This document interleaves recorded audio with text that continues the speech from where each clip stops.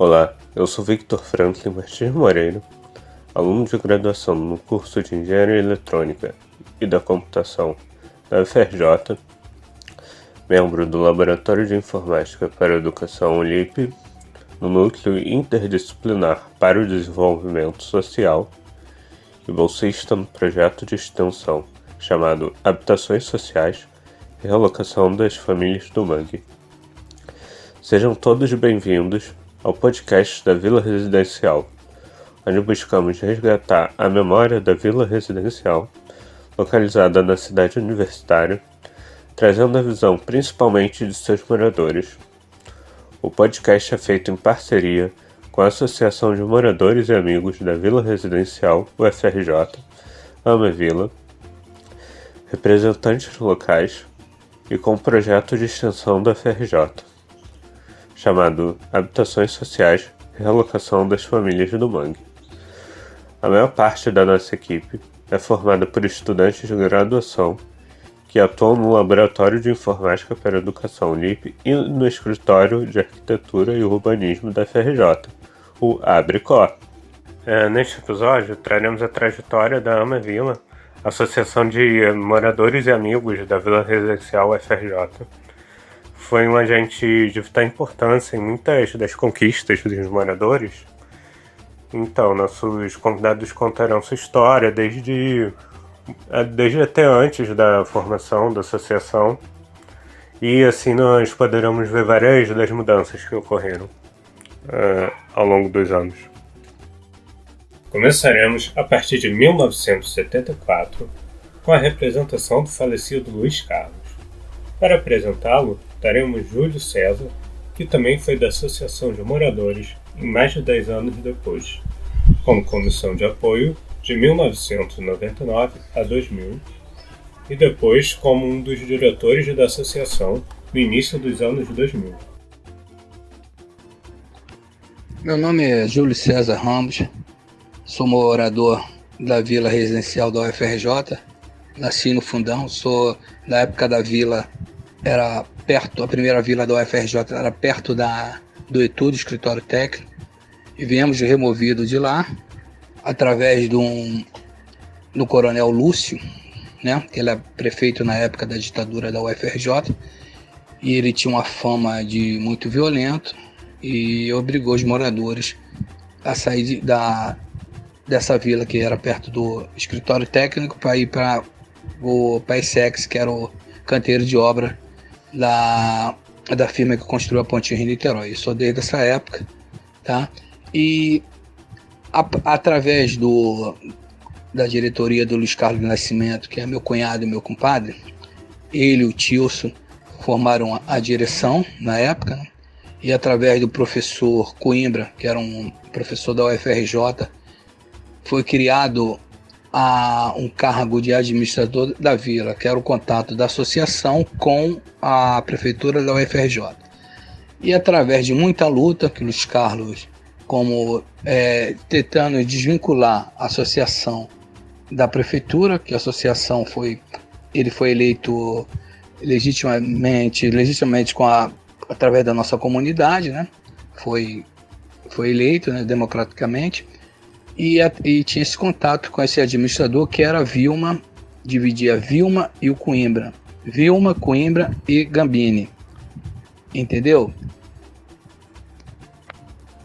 E a gestão do Luiz Carlos Nascimento junto com o Tilson foi uma gestão que, através da associação de muita luta, e foi, na época, o prefeito era o Coimbra, professor Coimbra, que era da COP, e foi criado nessa época o cargo dentro da UFRJ de administrador da vila. Então quem representava a comunidade era a associação e tinha um representante da UFRJ, além do prefeito tinha esse representante que era o administrador, que na época foi dividida essa função com a Vilma e com o Gambini.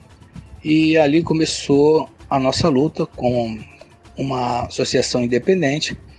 O Luiz Carlos e o Tilson, eles conseguiram legalmente, através desse apoio que a prefeitura deu, né? A prefeitura, nessa época, a gestão do Coimbra foi muito boa, de muito diálogo, e conseguimos o espaço do veterano, o espaço que a associação tem hoje, o espaço do mercadinho, do comércio lá da padaria, aquele espaço foi doado pela prefeitura na época. E começou o movimento, o Luiz Carlos começou o movimento de legalizar a nossa água e nossa luz. E foi com muita luta que o falecido Luiz Carlos e Tilson conseguiram esse ganho, né? Na época foi uma coisa boa, que a gente passava muito sufoco em relação à água e à luz, sempre estava tendo problema e conseguimos. E aí deu andamento às outras diretorias da UFR, da associação, e começou o andamento das coisas. E a vila foi tendo alguns benefícios. Foi isso que aconteceu na gestão do Luiz Carlos. Em 1980, é fundada a Associação de Moradores da Vila Residencial. Na década de 90, Genise assume a associação até 94 e depois retorna na gestão de 96 a 98. Falecido em 2012, escutaremos a entrevista de sua viúva, Maria José. Eu sou Maria José da Silva Menezes, viúva de Genise Viana de Menezes, que foi presidente da associação nos anos 80, 90. Quando começou, que ele veio para a associação, não tinha associação formada ainda, não tinha votação, né? Minha filha mais velha tinha 3 anos, depois a outra nasceu, aí quando a associação passou lá para frente, ele foi presidente 2 mandatos seguidos, porque não tinha quem ficasse, ninguém queria ficar, ele ficou no 2º mandato, né? O tempo que ele teve foi muito bom para a associação, para a vila. Para mim não foi, eu não achava bom, dava muito problema, a pessoa reclamava muito, era muito ruim, mas ele gostava, então ele foi presidente várias vezes. E a creche, que tinha de bom, a creche Peteleco, durou até o tempo que ele teve na associação. Depois ele passou o mandato, a creche Peteleco continua ainda, com outros presidentes, mas logo acabou. E fazia muita falta. Até hoje acho que faz uma creche aqui na Vila dos funcionários da UFRJ, na cidade universitária Ilha do Fundão. Agora a gestão União e Fé, que durou de setembro de 1994 a setembro de 96. Representando esse período importante na Vila Residencial, temos Francisco de Assis. Além de continuar as ações anteriores, com mobilização popular, ele apoiou a construção da Igreja Católica, que hoje é parte da cultura da Vila Residencial. É importante ressaltar que, além da Igreja Católica, também existe uma igreja evangélica na vila. Bem, pessoal, meu nome é Francisco de Assis dos Santos, sou ex-presidente da Associação de Moradores, na gestão 1994-1996, né? Me deram a tarefa aqui de contar um pouco, né, resumidamente, do que foi a nossa gestão, né, quais foram os avanços, quais foram as nossas dificuldades durante esse período, né, buscando historiar aí, né, a nossa questão. Então, eu queria iniciar dizendo que a nossa direção, né, era composta por Francisco de Assis dos Santos, esse que vos fala, como presidente, né, o secretário que cumpria a função de vice-presidente, que é o Francisco de Assis Freitas, né, tivemos como tesoureiro o nosso colega Marco Antônio Dias, né, o diretor de obra, o nosso companheiro, né, João Freitas, né, João de Freitas Sobrinho, que é o pai do Assis, né, como diretor de Relações Públicas, Maria da Glória, né, Santana, e como diretor de Assuntos Culturais, o Reginaldo Tadeu de Souza Ressu, né. Essa era a formatação estatutária, né, que a gente tinha naquele momento, né, de presidente e diretores. Nós registramos, né, a importância né, do processo de disputa que aconteceu, né, e da posse, que foi bem representativa, porque entramos com o espírito, né, nossa diretoria se chamava União e Fé, e entramos com o espírito de união, de integração e de construção de uma boa relação com a universidade, que naquele momento era esgaçada, né, pelo o abandono, vamos dizer assim, da universidade para com a nossa comunidade naquele momento, né? Então a gente vivia essas dificuldades. Então, na nossa posse, nós convidamos, né, a staff da reitoria e alguns representantes do município, eles estiveram presentes. Então, na nossa posse, tiveram presente aqui o reitor, o vice-reitor, chefe de gabinete, prefeito, né, a diretora da Ana Nery, uma ótima aliada nos projetos de extensão tratando a nossa comunidade, e também tivemos o apoio do vereador, né, a presença do vereador, né, Fernando Ilha, naquele momento do PDT. Então, essa simbologia na nossa posse nos deu gás para que a gente pudesse trabalhar muito bem, né, as questões e as demandas da ansiedade da nossa comunidade, que naquele momento era realmente saneamento básico e urbanização. A gente enfrentava as ruas cheias de lama, a gente enfrentava a rua na entrada da vila, alagamentos. Então, isso era uma grande dificuldade, né, para a nossa comunidade. Então, é importante a gente fazer esse registro, historiar essa parte, né, da nossa comunidade, das lutas da nossa comunidade. Naquele momento também a gente sofria bastante, né, com a iluminação pública, porque era disjuntor, as pessoas teriam que ligar, né, em cada poste a luz da sua rua, né? Então alguém sempre ia ligar, correndo risco, tá molhado, tomar um choque. Então a gente viu essas dificuldades, né? A gente viu também a dificuldade, né, com a nossa creche Peteleco, né, que tinha o apoio da universidade, algumas coisas, mas tinha dificuldade. E a gente trabalhou bem essa questão, né? Tivemos também um grande problema já no início da gestão, na verdade, antes do processo de disputa da eleição para a associação, que foi receber uma conta da SEDAI, que chegou à casa dos moradores a partir pelo banco de dados que a gente viu, que é igualzinho, é o mesmo banco de dados que foi feito para a nossa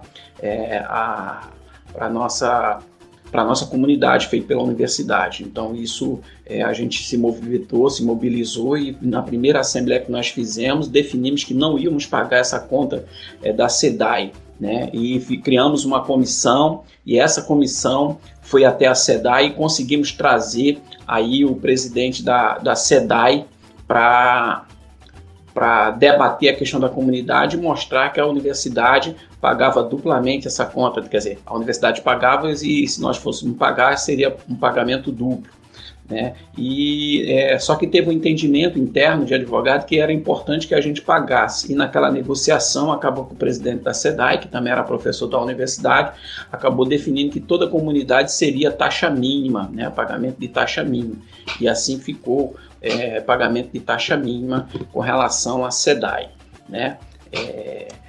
Com relação à creche Peteleco, nós fomos a gestão que assumimos a entidade com um contrato, né, chamando para assinar um contrato com a prefeitura do município, em que o município assinava as obrigações de liberar recursos para a folha de pagamento e a alimentação das crianças matriculadas. A gente questionou isso, mas não tinha como, a gente não poderia perder esse apoio do município, e assinamos esse contrato e o compromisso da associação nesse contrato era assinar a carteira das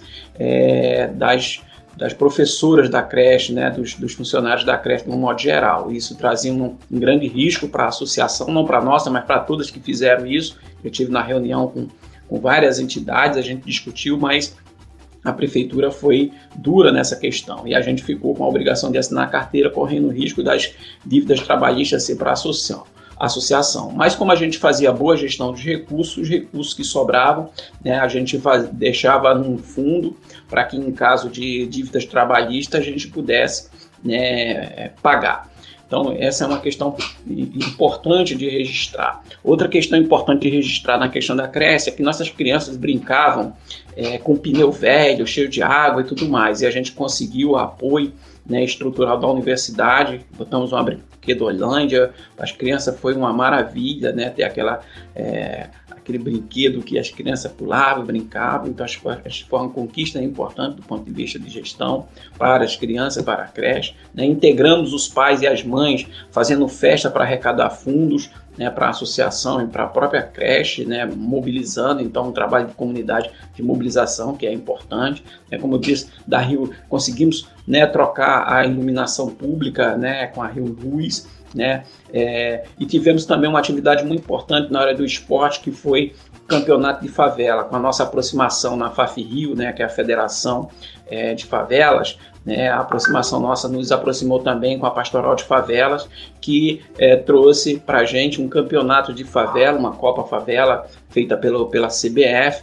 Nós conseguimos todo final de semana com as nossas crianças participar de atividades, né, lá em Paciência, né, tendo sempre aquele passeio com a família, com as crianças, com a torcida, né, torcendo pelos nossos times. Então isso foi muito importante também, na integração da nossa comunidade.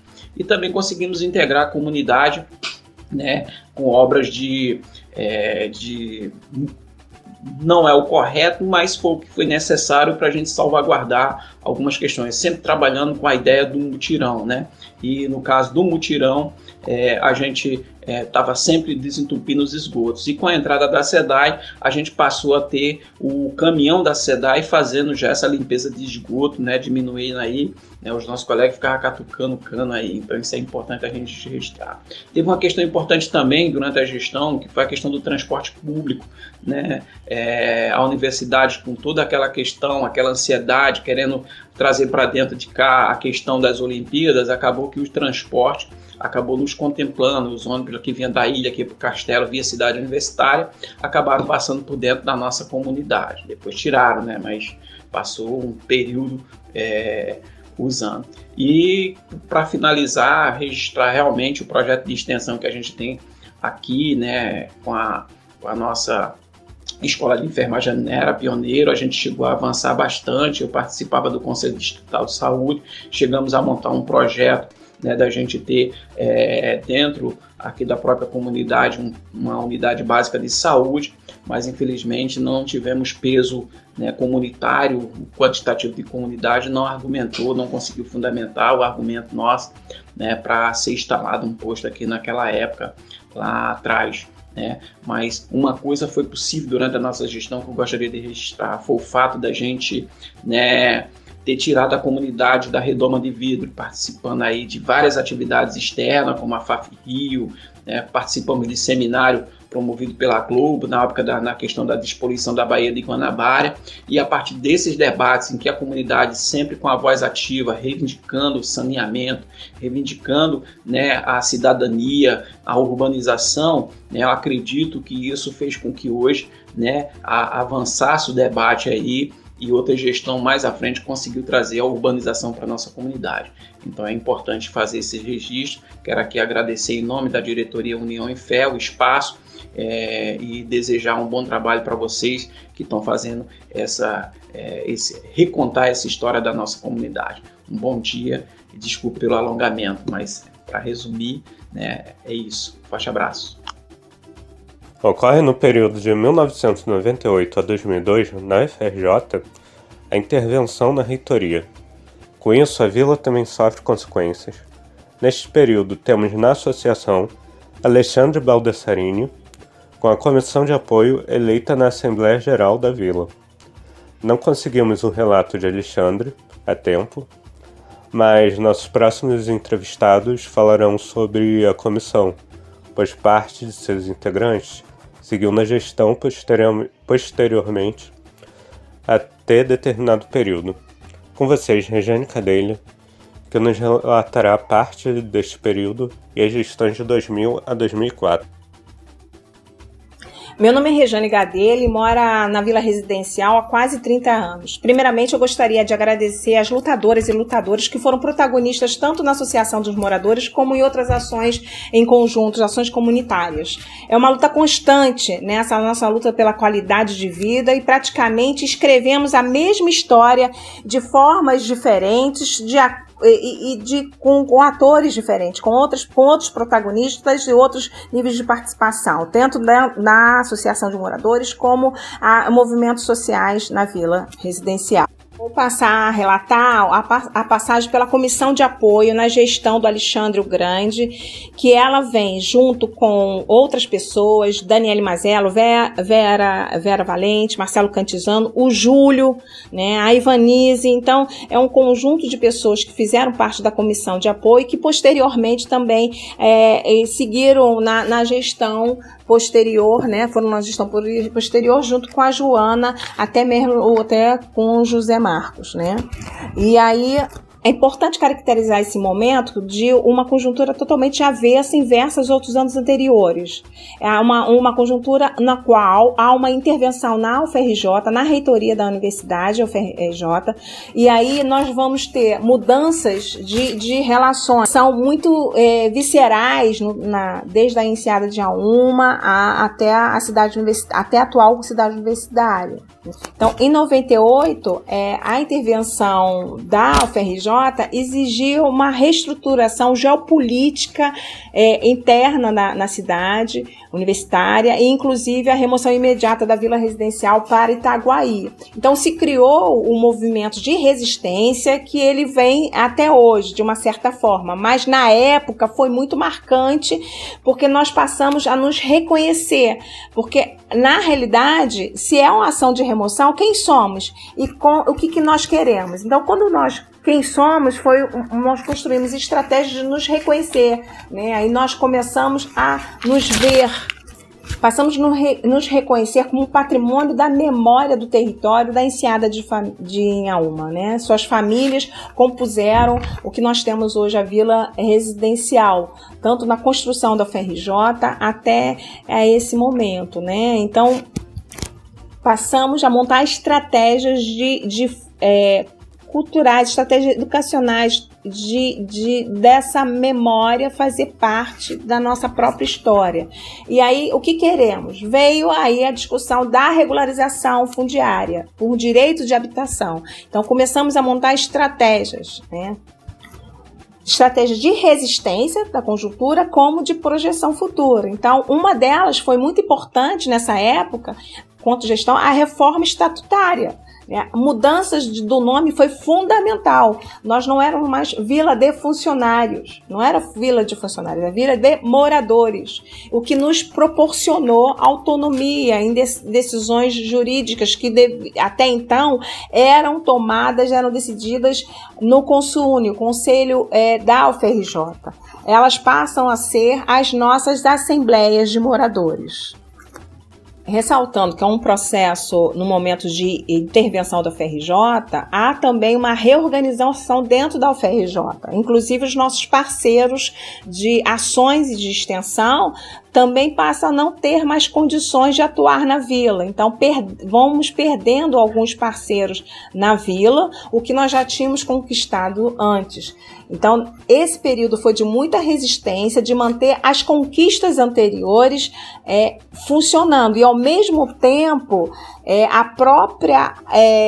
a comunidade, todos nós, se apropriando da nossa própria história, né? Da nossa própria memória.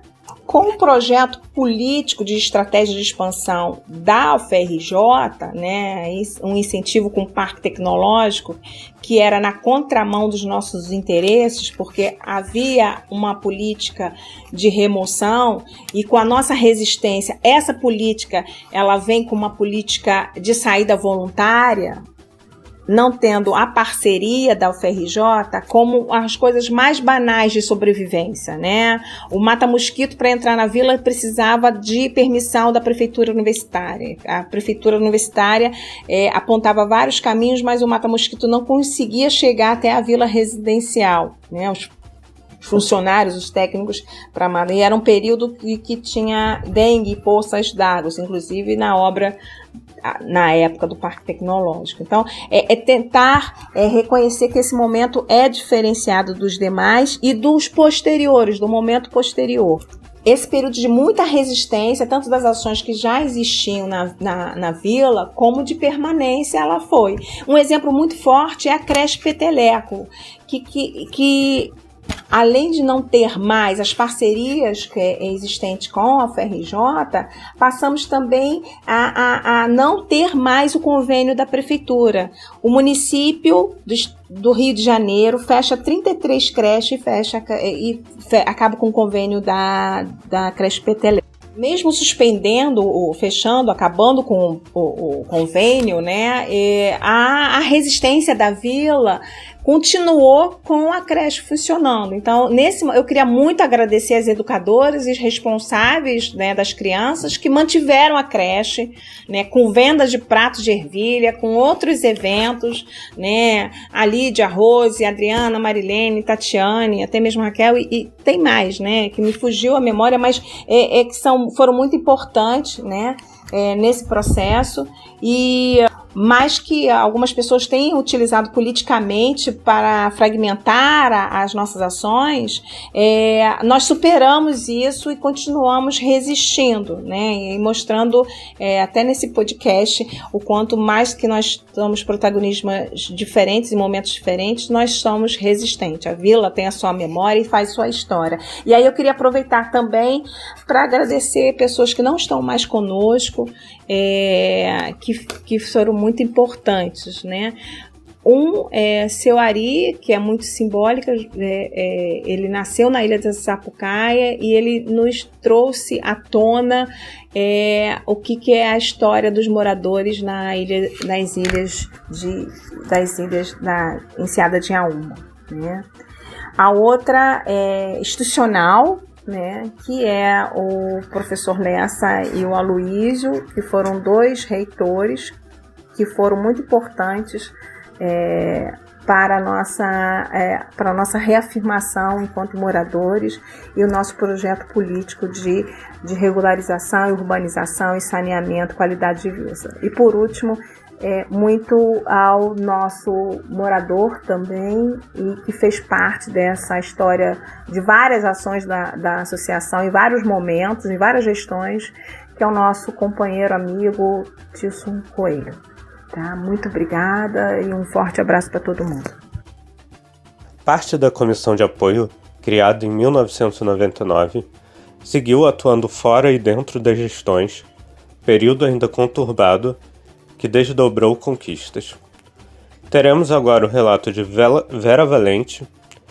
Ela e Marcelo Cantizano fizeram parte da comissão de apoio em 1999 e atuam desde então. Essa participação é muito maior de 2004 a 2010, inclusive ambos representaram a associação em parte desse período, que foi muito conturbado, mas teve grandes conquistas. Falando um pouquinho sobre a parte que me coube, né, sou Vera Valente, moradora da Vila Residencial, fui associação de moradores praticamente 10 anos, de 2000 a 2010, e responsável pela parte da regularização fundiária e em alguns momentos pela financeiro da contabilidade das contas da Mavila e regularização de documentações. Então, a regularização fundiária, ela cai no colo da gestão com a motivação da remoção da Vila para Itaguaí pelo então reitor Vilhena, né? Aí a gente, num afã de dar conta da não remoção, a gente começou a se articular.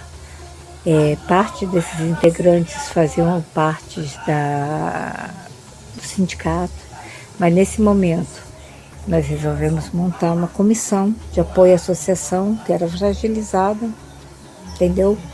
Porque o seu presidente, então, não tinha vínculo nenhum com a universidade E as associações de moradores anteriores, todas elas tinham como presidente alguém que tivesse vínculo com a universidade.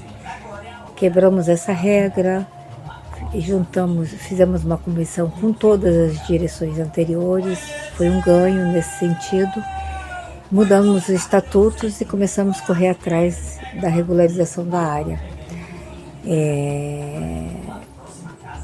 Foi um tanto quanto favorável a questão da regularização nesse momento, né? Não que não tivesse movimentos anteriores com relação à regularização.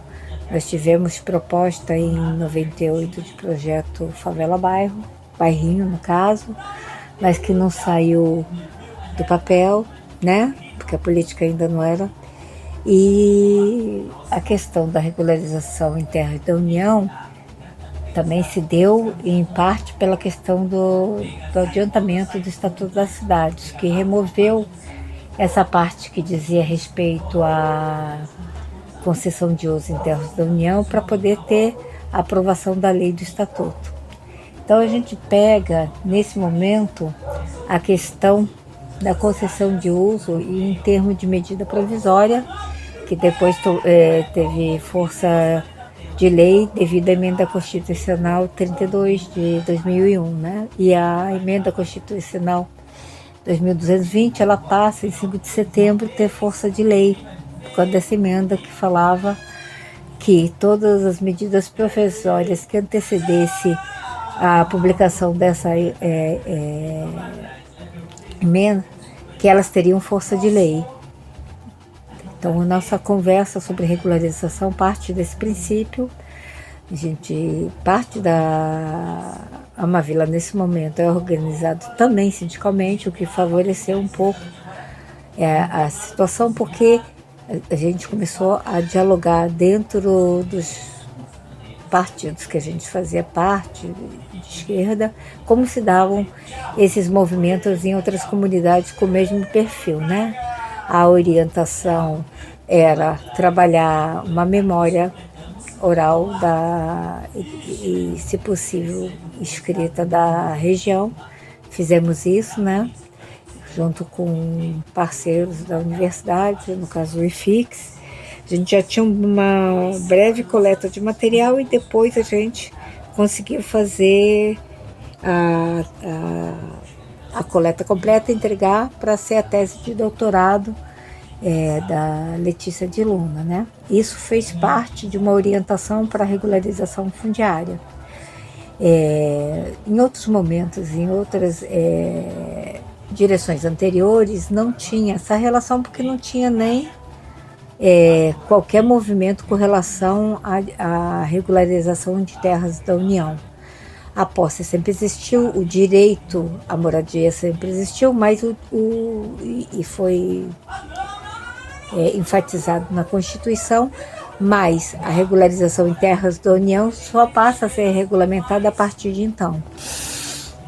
E a gente deu entrada nesse momento, ainda não tinha parâmetros, não tinha regulação, então a gente bateu cabeça até entender aonde realmente tinha que ter dado entrada. Nós demos entrada no local administrativo, que era a universidade, porque era um terreno que estava dentro do campus da universidade.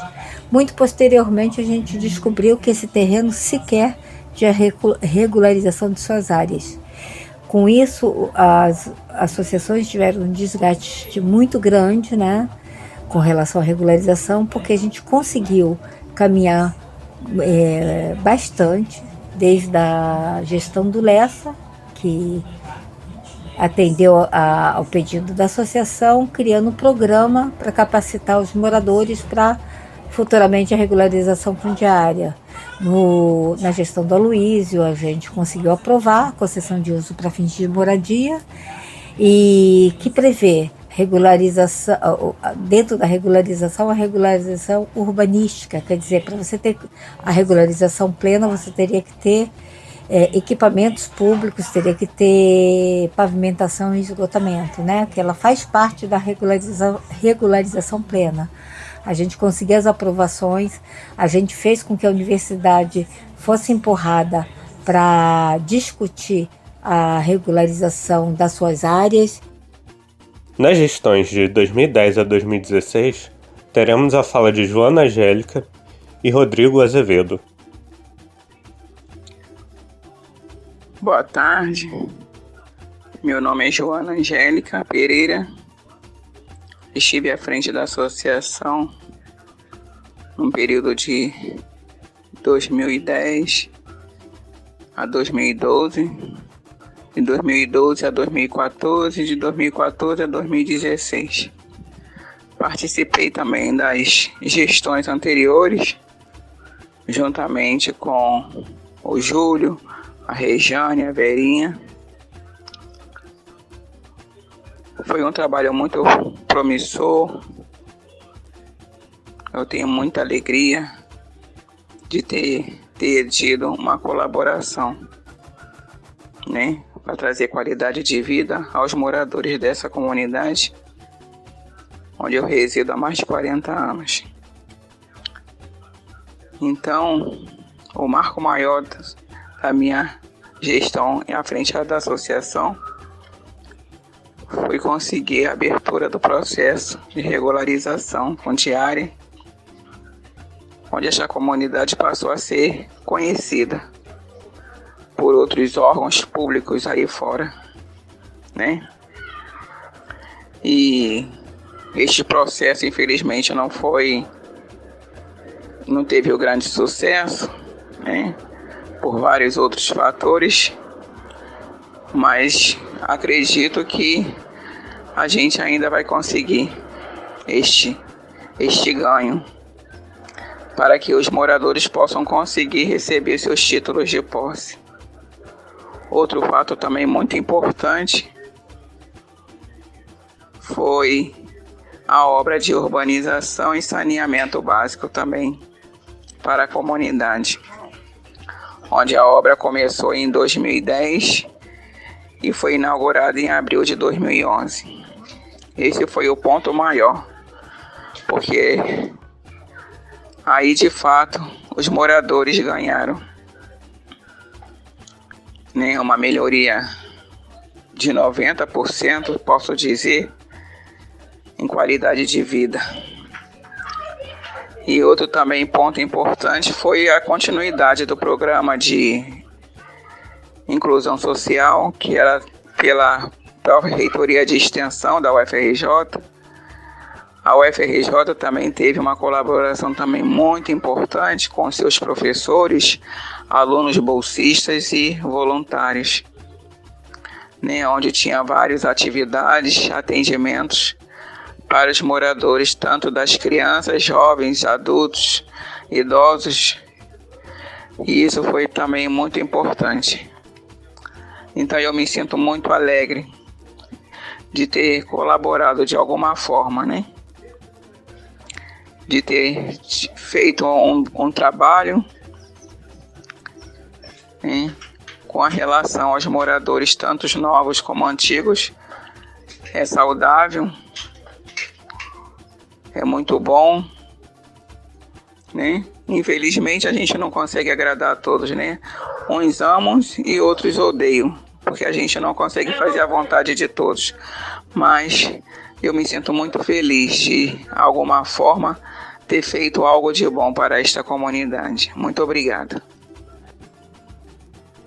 Olá, tudo bem? Meu nome é Rodrigo Azevedo. Eu fiz parte da gestão da Amavila de 2010 a 2012 e de 2012 a 2015, na chapa Renova Vila.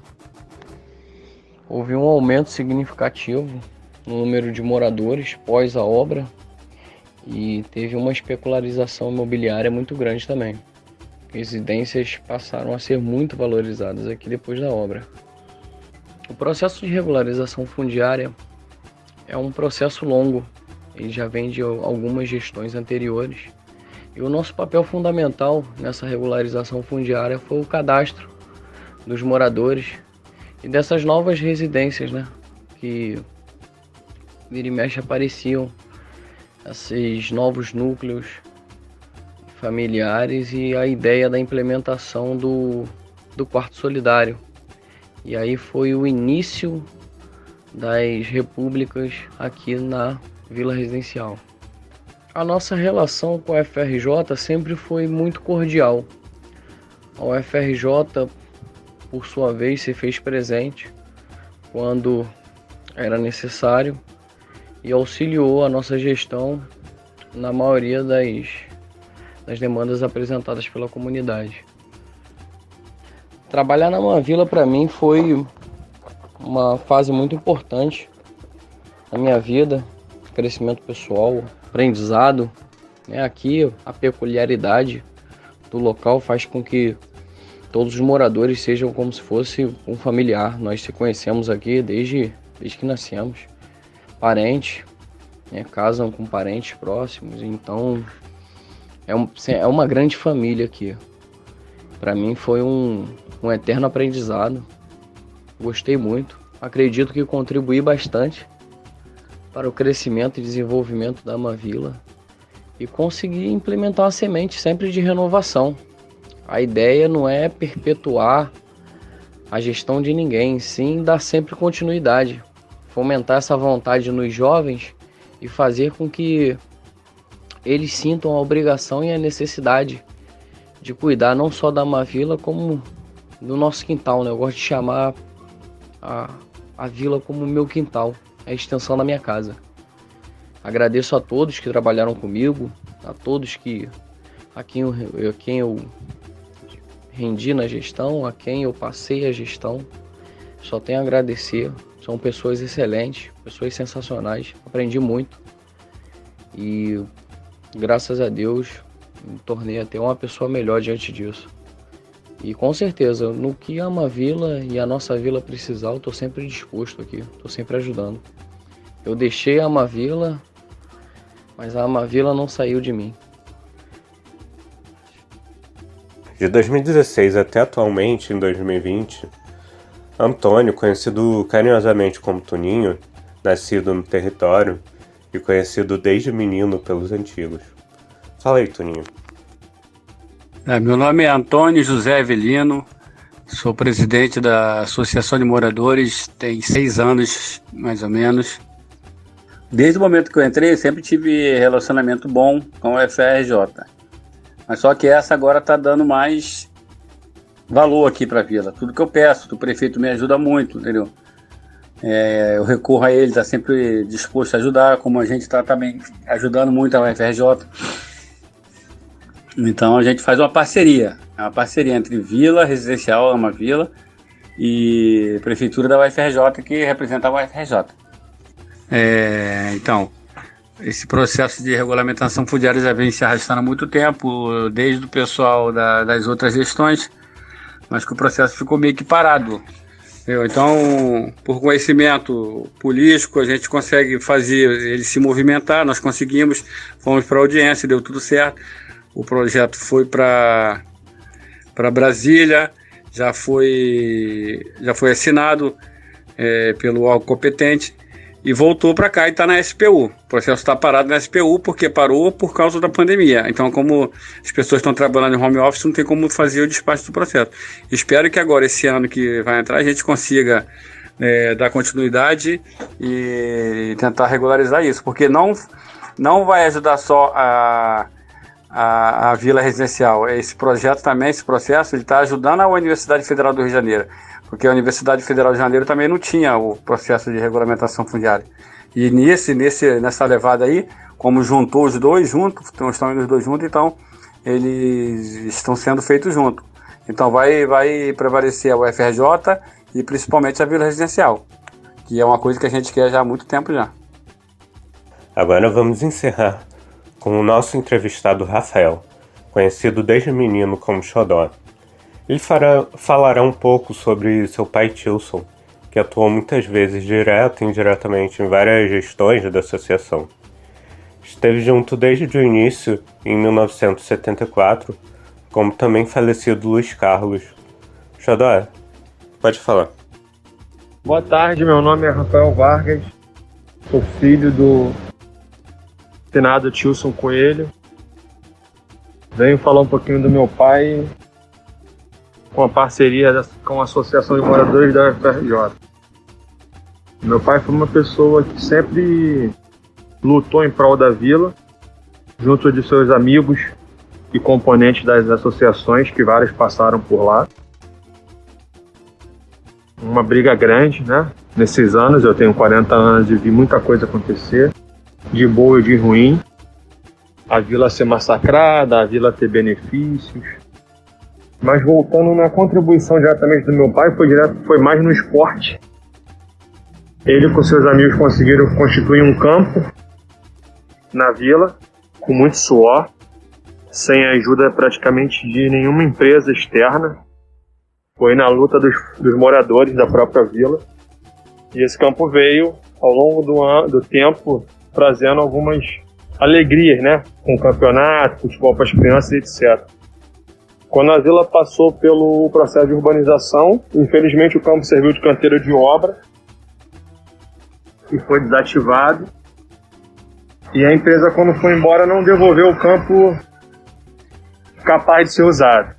Por volta de 2015, novamente os moradores, lutando com algum apoio, conseguiram voltar com o campo, né? E desde então a gente vem tentando melhorar ele de forma gradativa, sabendo que o campo é um lugar onde os moradores gostam de estar.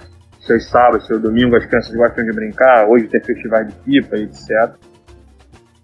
E a última coisa que eu consegui falar com ele, que meu pai faleceu na segunda, mas no domingo de 2018, dia 7 de janeiro de 2018, eu falei para ele que ia conseguir voltar com o time dele de futebol, veteranos da vila, que hoje tem 33 anos.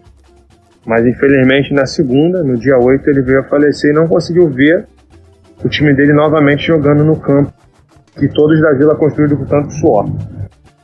O recado que eu deixo é que a vila melhore cada vez mais, que os moradores se unam, e quem passar pela associação continue lutando em prol da vila dos moradores, embora às vezes o trabalho é muito difícil. E vamos nessa luta. E o campo e o esporte faz parte para ajudar no crescimento da vila.